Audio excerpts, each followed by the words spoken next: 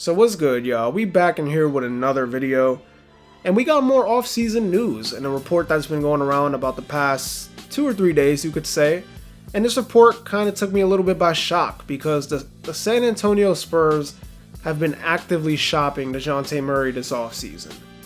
And the reason why it kind of takes me by shock is because Dejounte Murray had the best season of his young career so far, was named the first-time All-Star this season, averaging 21 points per game, 8 boards, and 9 assists a night.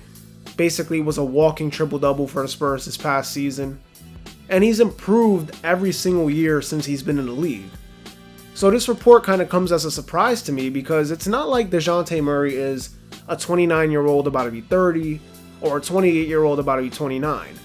He's literally only 25 years old and will be 26 heading into next season. And right now you can say he's been San Antonio's franchise player ever since Kawhi Leonard got traded to Toronto. So why would the Spurs want to move on from him after he's shown you so much development and so much promise every single year of his career, being that he came from the 29th pick back in 2016, and now you look at where he's at, he's one of the best young point guards in the game. So here's a thought that I had in mind as to why the Spurs probably think of Dejounte Murray as a tradable asset this offseason. And my first thought was, they probably see this as the best time to get the best assets for a guy who's still young, still under contract for the next 2 seasons, so if you do trade for him, you don't have to worry about paying him big money immediately. And the contract value that he's currently under is a steal when you take into account the small leaps that he takes every single season and the numbers that he produces. It's definitely a steal.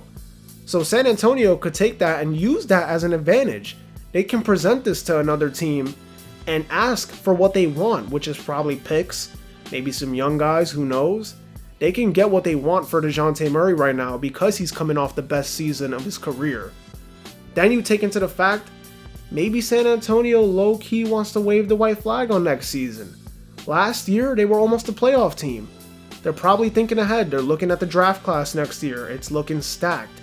They probably want to wave the white flag, tank, play those young guys that they have, like Keldon Johnson, for example, and just roll out there, see what happens, get picks for Dejounte Murray, get some more young players, and then make a lottery selection and basically not have to worry about paying Dejounte Murray when that contract is over. Because when Dejounte Murray's contract is over, he'll be 28 or 29, he'll be in his prime, but you'll have to pay him big dollars, and I don't know if San Antonio is going to be willing to pay him that when his contract's over because A, they're probably not going to be a great team yet. They'll be solid, but not a great team.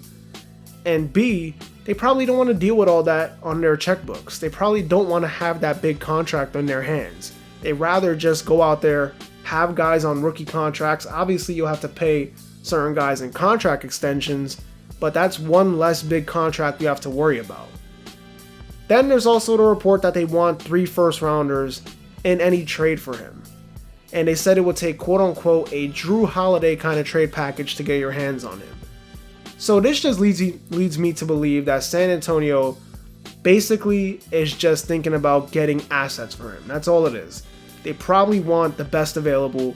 They're probably thinking this is the highest his trade value is going to be, because next season, let's just say, God forbid he gets hurt, and the trade value isn't the same, or he has a bad season.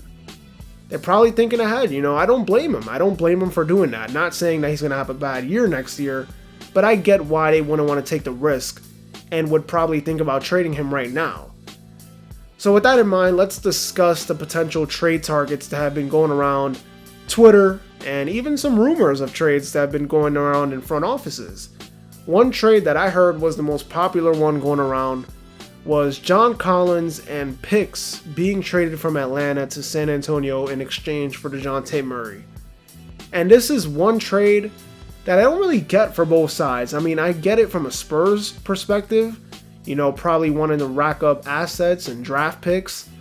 But from a basketball standpoint, John Collins in San Antonio doesn't make much sense.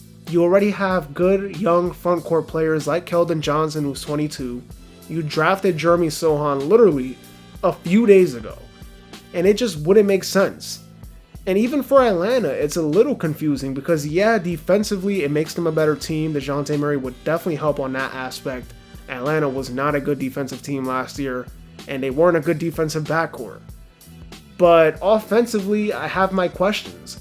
I don't really get how a Trae Young and Dejounte Murray backcourt can work on offense, because Trae Young will have the ball majority of the time, and Dejounte Murray, I don't see him as a guy that can play off the ball.